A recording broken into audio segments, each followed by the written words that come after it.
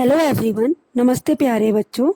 आज मैं अपने इस टॉपिक पर आपको दोहरा लेखा प्रणाली की विशेषताओं के बारे में बताऊंगी। दोहरा लेखा प्रणाली की विशेषता: व्यक्तिगत तथा अव्यक्तिगत पहलुओं का लेखा होना। इस पद्धति में व्यक्तिगत तथा अव्यक्तिगत दोनों पहलुओं का लेखा किया जाता है। एक सौदे से प्रभावित व्यक्तिगत खाता तथा अव्यक्तिगत खाता अथवा दोनों व्यक्तिगत या दोनों अव्यक्तिगत पहलुओं का पृथक लेखा इसके अंतर्गत किया जाता है।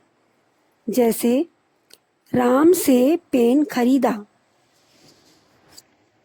यहाँ पेन आ रहा है जो कि वास्तविक खाता माना जाता है। जैसे वस्तु संपत्ति या राशि व्यापार में आने पर डेबिट होता है। किससे आ रहा है? राम से। राम क्या है? व्यक्तिगत खाता। तो यहाँ व्यक्तिगत खाता भी प्रभावित हो रहा है और वास्तविक खाता भी प्रभावित हो रहा है। दूसरी विशेषता: निश्चित नियमों के आधार पर लेखा करना।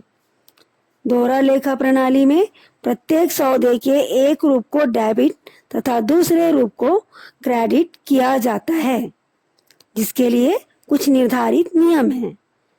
तीसरा, एक न्यायपूर्ण प्रणाली होना। जब कभी सौदा किया जाता है तो उसमें दो पक्ष प्रभावित होते हैं। प्रत्येक सौदे के दो रूप होते हैं, अतः दोनों रूपों का लेखा किया जाता है।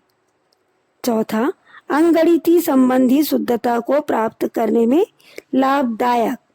लेखांकन प्रणाली में दोहरा लेखांकन होने से गणितीय अशुद्धता की संभावना कम हो जाती है। पांचवा, पूर्ण वैज्ञानिक प्रणाली। दोहरा लेखांकन प्रणाली पूर्ण वैज्ञानिक प्रणाली है।